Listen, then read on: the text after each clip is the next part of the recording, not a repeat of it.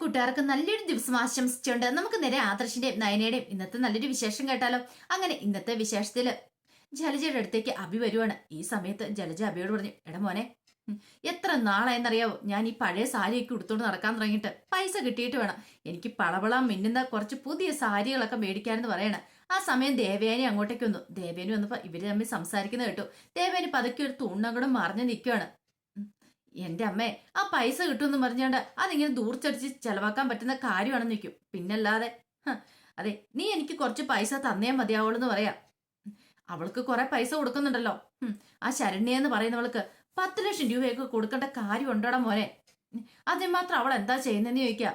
പിന്നെ 10 ലക്ഷം രൂപ അമ്മേ, നമ്മൾ അതിന് അത്രമാത്രം പണിയൊന്നും ചെയ്യുന്നില്ല. അവൾക്കാ റിസ്ക് കൂടുതൽ, അവളാണ് കൂടുതൽ അഭിനയിക്കുന്നത്. നമ്മൾ ഇവരുടെ ഡെമ്മി പീസറായിട്ട് നിൽക്കുന്ന മാത്രമല്ലേ ഉള്ളൂ. എന്നാലും അത്രയും പൈസ കൊടുക്കാന്ന് വെച്ചാ അമ്മേ, അവള് വിചാരിച്ചിട്ടുണ്ടെങ്കിലേ 5 പൈസ പോലും ചിലപ്പോ നമുക്ക് കിട്ടത്തില്ല. അറിയാലോ, അവളെങ്ങാനും അവിടെ ചെന്ന് കഴിയുമ്പോ സത്യങ്ങളങ്ങ് തുറന്നു പറഞ്ഞാൽ പിന്നെ നമ്മൾ ഇത്ര സമയം കഷ്ടപ്പെട്ട് വെറുതെയാവും. അതുകൊണ്ട് അവള് ഒരു കാരണവശാലും പിണക്കിക്കൂടെന്ന് പറയണം. അത് കേട്ടോണ്ടിരുന്ന ദേവേനിക്ക് കാര്യങ്ങളൊക്കെ മനസ്സിലായി. ഓഹോ, അപ്പൊ അമ്മയും മോനും കൂടെയാണ് നാടകം കളിക്കാനായിട്ട് ഇറങ്ങിയിരിക്കുന്നത്. താൻ കാണിച്ചു തരാം എന്നുള്ള രീതിയിൽ ദേവേനി മനസ്സിൽ പറഞ്ഞിട്ട് അങ്ങോട്ട് പോവാണ്.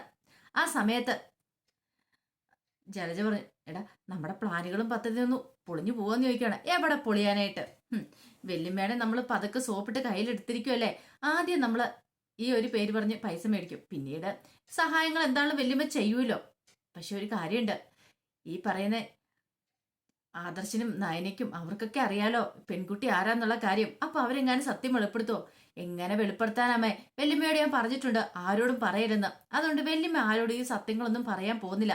അതുകൊണ്ട് നമുക്ക് ആ കാര്യത്തിൽ ഒരു വിഷമം വേണ്ടെന്ന് പറയാം. അതൊരു കണക്കിന് ഭാഗ്യമായി പോയി. അല്ലെങ്കിൽ നമ്മൾ എങ്ങാനും പിടിക്കപ്പെട്ടിട്ടുണ്ടെങ്കിലും അത് ശരിയാ. പിടിക്കപ്പെട്ടാൽ ആ പെൺകുട്ടിനേക്കാൾ റിസ്ക് കൂടുതൽ നമുക്കാ. നമ്മളും കൂടെ ഇതിനകത്തുണ്ടെന്ന് അറിഞ്ഞാൽ പിന്നെ വെല്ലുമ്മ വെറുതെ ഇരിക്കും തോന്നുന്നുണ്ടോ? ഒരു കാരണവശാലും ഇല്ല, വെറുതെ ഇരിക്കില്ല എന്ന് പറയണം. പിന്നീട് അഭി പുറത്തേക്ക് പോകണം. അങ്ങനെ പുറത്തു പോണ സമയത്താണ് അഭി എന്ത് ചെയ്യണം, ആ കാഴ്ച കാണുന്നത്. SI അവിടെ നിന്ന് വണ്ടി തടഞ്ഞു നിർത്തി ഓരോരുത്തരും ബുക്കും പേപ്പറും ഒക്കെ നോക്കുന്നത്. ഇയാളുടെ കൈ കണ്ണി പോയി പെട്ടിട്ടുണ്ടെങ്കിൽ തീർന്നു തന്നെ. അയാളുടെ കൈ ഒടിഞ്ഞിട്ടുണ്ട്. ഓഹോ, ഇന്നലെ താൻ തല്ലിയത് ഏറ്റുപോയി, കൈ ഒടിഞ്ഞിട്ടുണ്ട്. എങ്ങാനും മുമ്പിൽ ചെന്ന് പെട്ട ഇപ്പൊ ശരിയാകത്തില്ല എന്ന് കരുതിയിട്ട് അഭി എന്ത് ചെയ്യണം, വഴി മാറി അങ്ങോട്ട് പോവാണ്. ഈ സമയം നയന ദേവേന്റെ അരിയിലേക്ക് വരുവാണ്. അപ്പൊ ദേവേനിക്ക് മനസ്സിലായി ഇവളുടെ വരവ് അത്ര ശരിയായിട്ടുള്ള വരവല്ല. മിക്കവാറും അറിഞ്ഞിട്ടുണ്ടായിരിക്കും കരളു പകത്ത് നൽകിയ പെൺകുട്ടീനെ താൻ കണ്ടെത്തിയെന്ന്. അപ്പൊ അതിനെക്കുറിച്ച് അറിയാൻ വേണ്ടി വരുന്ന വരവായിരിക്കും. അപ്പൊ ദേവേന്റെ അടുത്തേക്ക് നയന വന്നപ്പോ ദേവേന് വലിയ വെയിറ്റ് ഇട്ട് നിൽക്കുകയാണ്. പിന്നെ എന്താ എന്താ കാര്യം ചോദിക്കുക. അത് പിന്നെ അമ്മേ, എന്തെങ്കിലും പറയാനുണ്ടോ? ചോദിക്കാനും പറയാനുണ്ടോ? മുഖത്ത് നോക്കി ചോദിക്കുക, കാര്യം എന്താന്ന് ചോദിക്കുക. അല്ല അതമ്മ, എനിക്കൊരു കാര്യം അറിയാനുണ്ടായിരുന്നു. നീ കാര്യം പറ. അതെന്താന്ന് വെച്ചാ അമ്മയ്ക്ക് കരളു പകത്ത് നൽകിയ പെൺകുട്ടീനെ അമ്മ കണ്ടെത്തിയെന്ന് അറിഞ്ഞു പറയാ. ഞാൻ കണ്ടെത്തി, അതിനിപ്പോ എന്താ കുഴപ്പമിരിക്കണേ? ഇവിടെ ഞാൻ പലരോടും ചോദിച്ചു, ആരും സത്യാവസ്ഥ പറയാൻ മെനക്കെട്ടില്ല. അപ്പൊ ഞാൻ തന്നെ അവളെ അങ്ങോട്ട് കണ്ടെത്തി എന്ന് പറയണ. അമ്മേ, ഇന്നത്തെ കാലത്ത് ആരും വിശ്വസിക്കാൻ പറ്റുന്ന കാലമല്ല. അറിയാലോ, ബാങ്കിൽ ഇട്ടിരിക്കുന്ന പൈസയ്ക്ക് പോലും ഒരു സുരക്ഷിതത്വം ഇല്ലാത്ത കാലമാണ്. അങ്ങനെ വരുമ്പം കള്ളന്മാരുടെയും കൊള്ളക്കാരുടെയും എണ്ണം കൂടും. അമ്മയെ ആരെങ്കിലും ചിലപ്പോൾ പറഞ്ഞു പറ്റിക്കും. അതുകൊണ്ട് അമ്മയൊന്നും വിശ്വസിക്കരുതെന്ന് പറയാണ്. അതെ, എനിക്ക് കരള് നൽകിയ പെൺകുട്ടിയെ ഞാൻ കണ്ടെത്തിയത് തന്നെയാ. പിന്നെ എന്താ കുഴപ്പമിരിക്കുന്നത് അമ്മേ? അതാരെങ്കിലും വെറുതെ അമ്മ പറ്റിക്കാൻ വേണ്ടിയിട്ട്? വെറുതെയോ? അങ്ങനെ ആരും എന്തിനാ എന്നെ വെറുതെ പറ്റിക്കാനായിട്ട് പറയണേ? അങ്ങനെ വെറുതെ പറ്റിക്കാനൊന്നും പറയുന്നതല്ല അമ്മേ. ആ കരള് പാത്ത് നൽകിയ പെൺകുട്ടി ഇവിടെ ഇല്ലെന്നല്ലേ ആദർശേട്ടനും അച്ഛനും ഒക്കെ പറയണേ. പിന്നെ എങ്ങനെയാ അമ്മ അവളെ കണ്ടെത്തിയെന്ന് ചോദിക്കാം. അതൊക്കെ അവര് വെറുതെ പറയുന്ന. അവൾ ഇവിടെ ഉണ്ട്, അവളെ ഞാൻ കണ്ടെത്തുക തന്നെ ചെയ്യും. അവളെ ഞാൻ കാണാൻ പോകുന്നുണ്ട്. 50 ലക്ഷത്തിന്റെ ചെക്ക ഞാൻ അവൾക്ക് സമ്മാനമായിട്ട് കൊടുക്കാൻ പോണെന്ന് പറയാം. ഇതും കൂടെ കേട്ട് കഴിഞ്ഞപ്പം നയനിക്ക് പിന്നെ എന്ത് ചെയ്യണം നടത്തില്ല. നയനിക്ക് മനസ്സിലായി ദേവേനെ അവരുടെ പിടിയിൽ പെട്ടിട്ടുണ്ടെന്ന്.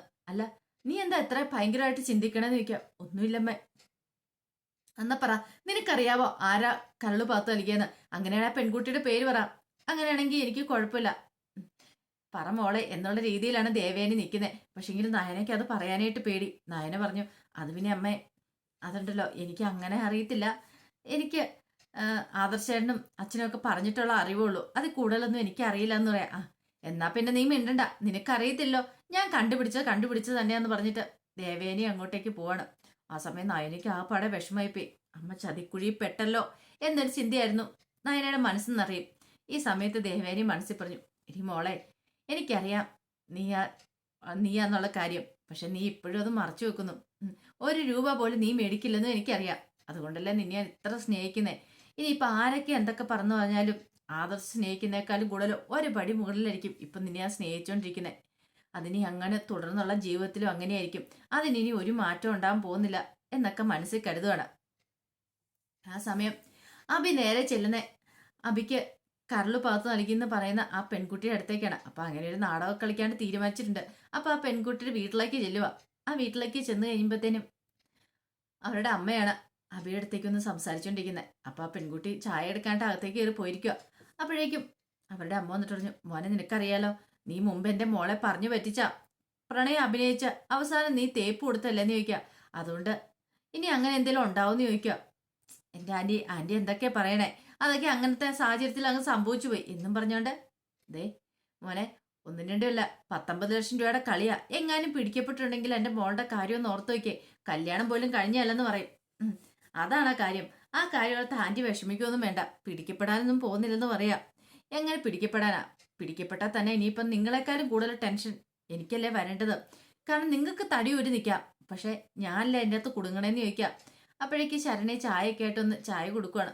ഈ സമയം ശരണി പറഞ്ഞു, ഒരു കാര്യം പറഞ്ഞേക്കാം, എങ്ങാനും ഇതിനിടയ്ക്ക് എന്തേലും ഡ്രാമ പൊട്ടിപ്പോയിട്ടുണ്ടെങ്കിൽ എന്നെ പിന്നെ ഒന്ന് പറഞ്ഞേക്കല്ലെന്ന് പറയാണ്. അബി പറഞ്ഞു, അവിടെയാണ് നിന്റെ മിടുക്കിരിക്കണ്ടേ. നല്ല വിദഗ്ധമായിട്ട് നീ അഭിനയിച്ചോണം. അല്ലെങ്കിൽ തന്നെ ഇന്നലെ ഫോൺ വിളിച്ചു കഴിഞ്ഞപ്പോഴത്തേനും എന്തൊക്കെയാ സംഭവിച്ചേ? പെട്ടെന്ന് ശരണ്യ പറഞ്ഞു, അതിപ്പോ ഞാൻ പ്രതീക്ഷയോ നിന്റെ അമ്മായി ചാടിക്കറി എന്നെ ഫോൺ വിളിക്കുന്ന.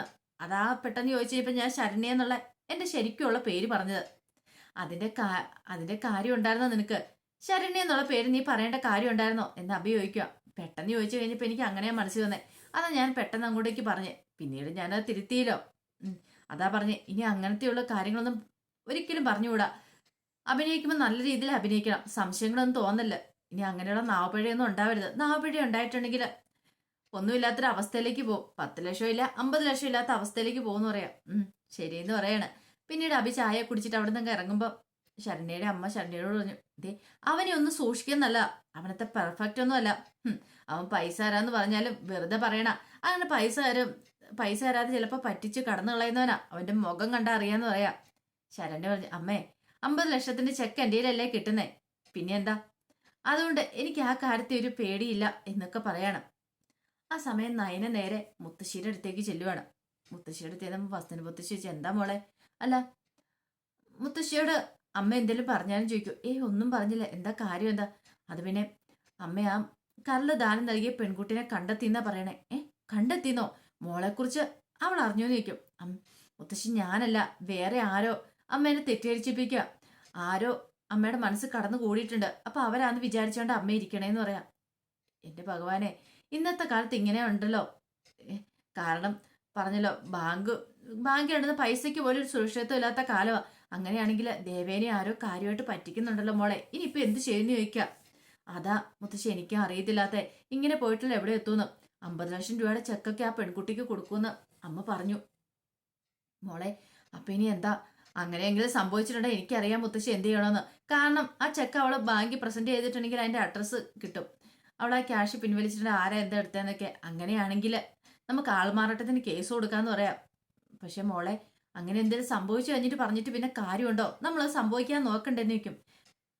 എന്ത് ചെയ്യാനാ? ഇപ്പൊ ഞാനന്ന് പോയി പറയാനും പറ്റില്ലോ മുത്തശ്ശി. ഞാനന്ന് പറഞ്ഞിട്ടുണ്ടെങ്കിൽ അമ്മയ്ക്ക് അമ്മയുടെ സ്വഭാവത്തിനനുസരിച്ച് എങ്ങനെയാന്ന് ഏതാന്നും പറയാനും പറ്റത്തില്ല.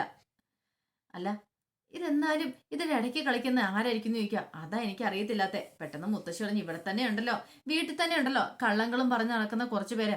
ചിലപ്പോ അവരെങ്കിലും ആരെങ്കിലും ആണോ? അതും പറയാൻ പറ്റുന്ന കാര്യമല്ല. വായെടുത്ത നുണ പറയുന്നങ്ങളായി വീട്ടിലുള്ളത്. ഇത് കേട്ടതും നയന പറഞ്ഞു, അത് ശരിയാ, അവരാകാനും ചാൻസ് ഉണ്ട്. അബിയുടെയും ജലജയുടെയും കാര്യമാണ് പറയണേ. മിക്കവാറും അവർക്കും ഇതിനകത്ത് പങ്കുണ്ടായിരിക്കും. പക്ഷെ നമുക്ക് അങ്ങനെ വ്യക്തമായ തെളിവുകളൊന്നും ഇല്ല മുത്തശ്ശി. അതുകൊണ്ട് നമുക്ക് ആരെയും അങ്ങനെ കുറ്റക്കാരാക്കാനായിട്ടും പറ്റില്ല എന്ന് പറയാം. അത് ശരിയാ എന്ന് മുത്തശ്ശി അറിയാം. നയന പറഞ്ഞു, ഇനിയിപ്പൊ അമ്മ അങ്ങനെ എന്തേലും ഒരു ഇതായിട്ട് ഇറങ്ങി തിരിച്ചിട്ടുണ്ടെങ്കിൽ അത് ഉറപ്പാടി ഞാൻ കണ്ടെത്തുക തന്നെ ചെയ്യും. ആ പെൺകുട്ടി ആരാന്നുള്ള കാര്യം. ഒരു കാരണവശാലും അമ്മയുടെ കയ്യിൽ നിന്ന് പൈസ പോകാനോ അതിനൊന്നും ഞാൻ സമ്മതിക്കത്തില്ല എന്ന് പറയണം. ആ സമയം അഭി തന്റെ ഫ്രണ്ട്സിനോടൊപ്പം കൂടുകയാണ്. അപ്പൊ ഫ്രണ്ട്സ് ചോദിച്ചു, എടാ നിനക്ക് എന്താടാ കമ്പനിയിൽ നിന്ന് പൈസ എടുത്താല് നിനക്ക് എന്താ പൈസ ഒന്നും എടുക്കാൻ പറ്റാത്തതെന്ന് ചോദിക്കുക. എന്ത് ചെയ്യാനാ? എൻ്റെ ഒരു ഏട്ടനുണ്ട്, ആദർശ് എന്ന് പറയുന്നവന്. അവൻ കാരണം എനിക്ക് പൈസ ഒന്നും എടുക്കാൻ പറ്റാത്തെ. അവനിലെ കമ്പനിയുടെ മേൽനോട്ടം. ഞാൻ വെറും സ്റ്റാഫ് മാത്രമല്ലേ. അതുകൊണ്ട് എനിക്ക് നല്ല ദേഷ്യമാന്ന് പറയണേ. ഇങ്ങനെ എന്തേലും കളികളൊക്കെ കളിച്ചാൽ മാത്രമേ എനിക്ക് മുന്നോട്ട് ജീവിക്കാൻ പറ്റുള്ളൂ. ഒറ്റയടിക്ക് 50 ലക്ഷം അല്ലേ കിട്ടാനായിട്ട് പോന്നേ. ആ പൈസ കൊണ്ട് വേണം, ഞാൻ പറഞ്ഞല്ലോ, പുതിയ ബിസിനസ് തുടങ്ങാനായിട്ട്. ഇത് കേട്ടിഞ്ഞപ്പോൾ അവന്മാര് പറഞ്ഞു, നമ്മൾ പറഞ്ഞ ആ ഷോപ്പ് തന്നെ നമുക്കങ്ങോട്ട് വാങ്ങിക്കാന്ന് പറയാ. അത് ശരിയാ. ആ ഷോപ്പ് വാങ്ങിച്ചു കഴിഞ്ഞാൽ പിന്നെ എനിക്ക് ഡെയിലി ഒരു ഇത്ര രൂപ വെച്ച് തന്നാൽ മതി. ബാക്കി നിങ്ങൾ ലാഭം ഉണ്ടെങ്കിൽ നിങ്ങൾ വീതിച്ചെടുത്തോ, എനിക്ക് കുഴപ്പമൊന്നുമില്ല. പക്ഷെ എനിക്ക് ഡെയിലി ഇത്ര രൂപ വെച്ച് കിട്ടണമെന്ന് പറയാം. അതൊന്നും കുഴപ്പമില്ല അളിയാ, നമുക്കതെല്ലാം സെറ്റ് ചെയ്യാം.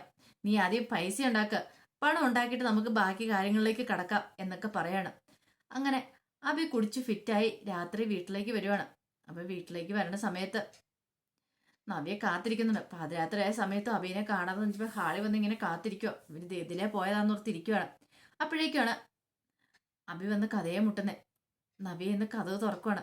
കഥവ് തുറന്നു കഴിഞ്ഞപ്പോഴത്തേനും നവ്യക്ക് നല്ല ദേഷ്യം വന്നു. ഓഹോ, എടാ ഈ പാതിരാത്രി ഒരു നീ ഇത് എവിടെ പോയിരിക്കുവാരും ചോദിക്കുക. ഇതെന്താടി നീ എന്നെ ചോദ്യം ചെയ്തേ? പെട്ടെന്ന് നവ്യക്ക് സ്മെല്ല് വന്നു. അല്ല, നീ കുടിച്ചിട്ടുണ്ടോന്ന് ചോദിക്കുകയാണ്.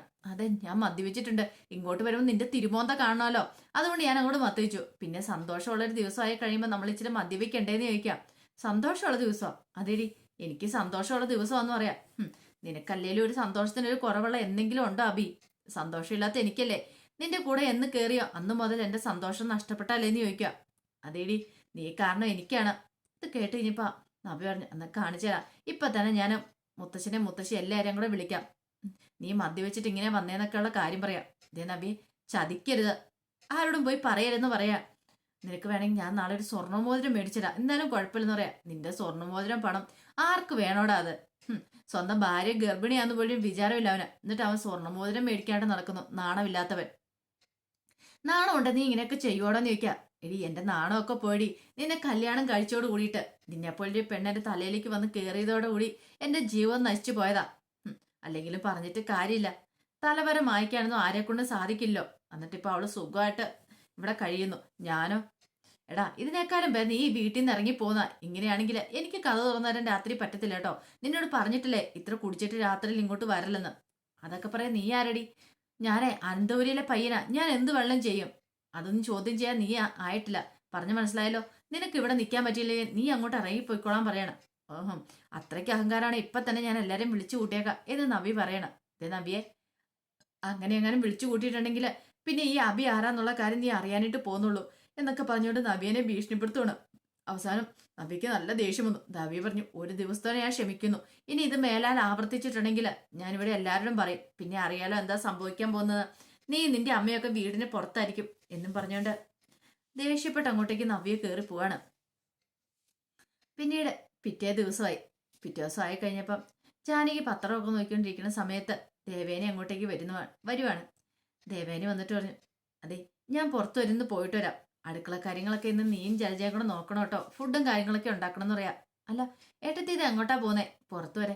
അല്ല, നേരത്തെ പറയുമായിരുന്നെങ്കിൽ ഞാനും കൂടെ വരത്തില്ലായിരുന്നോ? തന്നെ പോകേണ്ട കാര്യമില്ലായിരുന്നല്ലോ എന്ന് പറയാം. അതൊന്നും കുഴപ്പമില്ല, ഞാൻ പോയിക്കോളാം. നീ അടുക്കള കാര്യങ്ങളൊക്കെ നോക്കിയാൽ മതി എന്നും പറഞ്ഞിട്ട് ദേവേനെ അങ്ങോട്ടേക്ക് പോവാണ്.